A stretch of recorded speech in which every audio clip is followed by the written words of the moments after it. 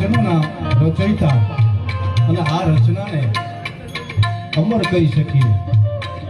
એવા ભાવથી અને એનો જે કંઠની અંદર જે કર્ણપ્રિયતા હતી એવા આજ ગામના મુરબ્બી શ્રી સ્વર્ગવાસી ન કહી શકાય એવા અમરદાન